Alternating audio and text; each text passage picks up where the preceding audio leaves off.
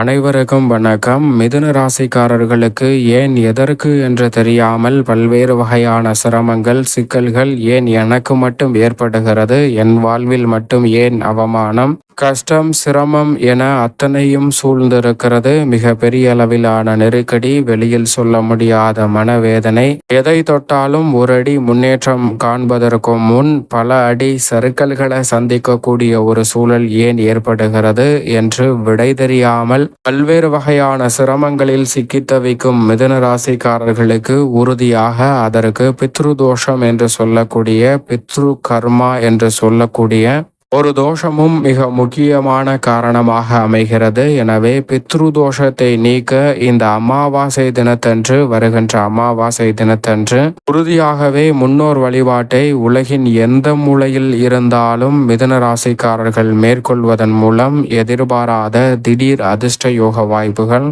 தங்களுடைய வாழ்வில் நிச்சயமாக வந்து சேரும் என்பதில் சந்தேகமே இல்லை. ஏனென்றால் முன்னோர் வழிபாட்டை மேற்கொள்வதன் மூலம் மகத்தான வாய்ப்புகளும் சந்தர்ப்பங்களும் தங்களுடைய வாழ்வில் நிறைவாக கிடைக்கும். ஏனென்றால் முன்னோர் வழிபாட்டிற்கு பிறகுதான் இறை வழிபாடு என்று சொல்லப்பட்டதிலிருந்து இந்த வழிபாட்டின் முக்கியத்துவத்தை நாம் புரிந்து கொள்ளலாம். எனவே இந்த தருணத்தில் நிச்சயமாக தென்புலத்தார் என்று சொல்லக்கூடிய முன்னோர் வழிபாட்டை மேற்கொள்வதன் மூலம் ஏன் எதற்கு என்று தெரியாமல் பல்வேறு வகையான சிரமங்களில் சிக்கி தவிக்கும் மிதுன ராசிக்காரர்களுக்கு அதிலிருந்து வெளிவருவதற்கான நல்ல சந்தர்ப்பமும், முன்னேற்றத்திற்கான நல்ல வாய்ப்பும், வளர்ச்சிக்கான நல்ல சந்தர்ப்பமும் உறுதியாகவே கிடைப்பதற்கான சாத்தியக்கூறுகள் நிறைவாக உள்ளது. எனவே தவறவிடாமல் இந்த தருணத்தை நிச்சயமாக பயன்படுத்திக் கொள்ளுங்கள். பொதுவாகவே சூரியனும் சந்திரனும் இணையும் தருணம் என்பது அமாவாசையாக பார்க்கப்படுகிறது. இந்த வேளையில் ராசிக்கு சகாயமானவரான சூரியன் மிகவும் வலுவாக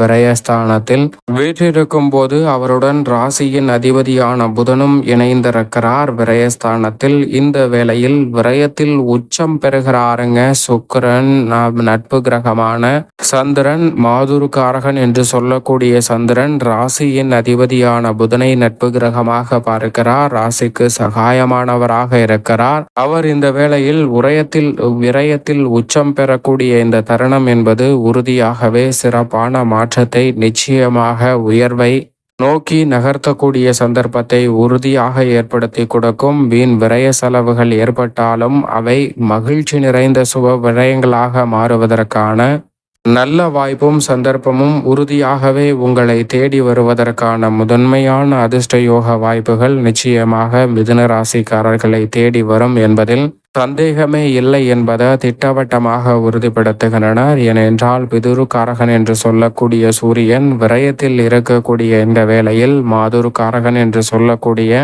சந்திரனும் விரயத்தில் சங்கமிக்கும் போது மிக வலுவாக ராசியின் அதிபதியான புதனும் அங்கு இருக்கிறார். எனவே 3 கிரகநிலைகள் விரயத்தில் இருப்பதால் எதிர்பாராத வீண் அலைச்சலும் சிரமமும் விரய செலவுகளும் ஏற்படுவதற்கான வாய்ப்பு உள்ளது. எனவே இந்த வேளையில் அவற்றை சுப வழிபாடாக மாற்றினால் நிச்சயமாக தங்களுடைய வாழ்வில் மகிழ்ச்சி நிறைவாக கிடைப்பதற்கான சந்தர்ப்பம் உறுதியாகவே மிதுன ராசிக்காரர்களை தேடி வரும். இந்த வேளையில் மற்ற கிரகநிலைகளின் அமைப்பு எப்படி இருக்கிறது என்று பார்க்கும்போது ஜென்மத்தில் குரு இருக்கிறார். அது சற்று சாதகமற்ற அமைப்பாக தான் பார்க்கப்படுகிறது.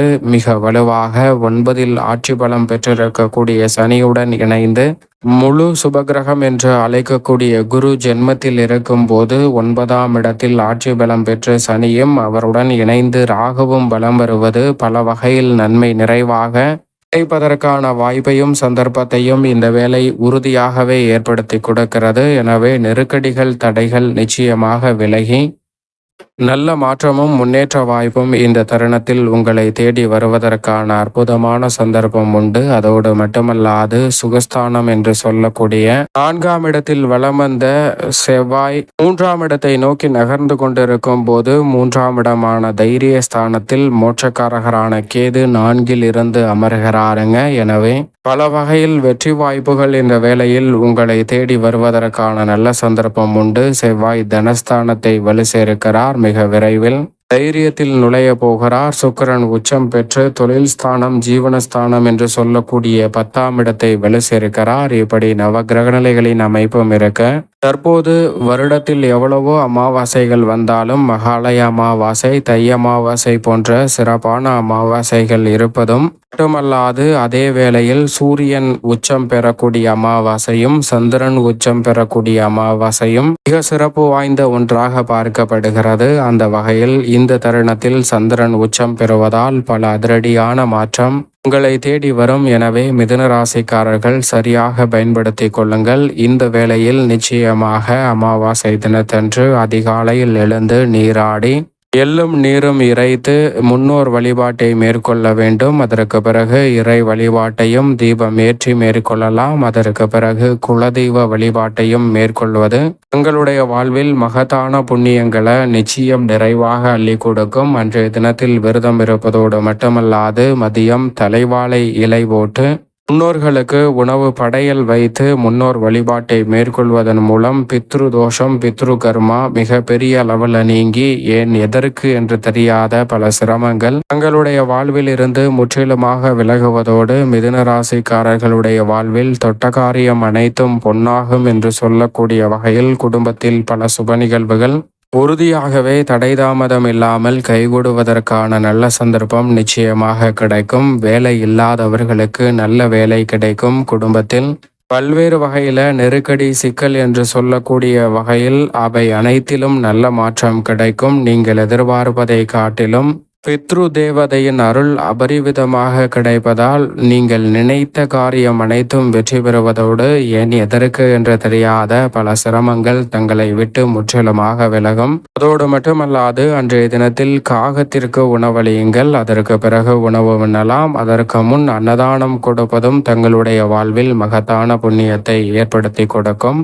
என்னால் இந்த முன்னோர் வழிபாட்டை மேற்கொள்ள முடியவில்லை, ஆனால் அன்றைய தினத்தில் நான் அன்னதானம் கொடுக்கிறேன் என்று சொல்கிறவர்களுக்கு நிச்சயமாக மகத்தான புண்ணியம் தங்களுடைய வாழ்வில் வந்து சேரும். ஏனென்றால் தானங்களிலே மிக சிறந்ததாக அன்னதானம் பார்க்கப்படுகிறது. ஆனால் பித்ரு கர்மாவால் சில சிரமங்கள் இருக்கலாம். எனவே தவறாமல் அமாவாசை தினத்தன்று முன்னோர் வழிபாட்டை மேற்கொள்வது தங்களுடைய வாழ்வில் நன்மையை நிறைவாக அள்ளி கொடுக்கும். இந்த வழிபாட்டை யார் மேற்கொள்ளலாம்? தாய் தந்தை இல்லாத ஆண்கள் இந்த வழிபாட்டை மேற்கொள்ளலாம். தாய் தந்தை இல்லாத பெண்கள், சகோதரர் இருக்கும் நேரத்தில் இந்த வழிபாட்டை மேற்கொள்ளக்கூடாது. அதே போன்று கணவர் இருக்கும் வேளையிலும் இந்த வழிபாட்டை நிச்சயமாக பெண்கள் மேற்கொள்ளக்கூடாது.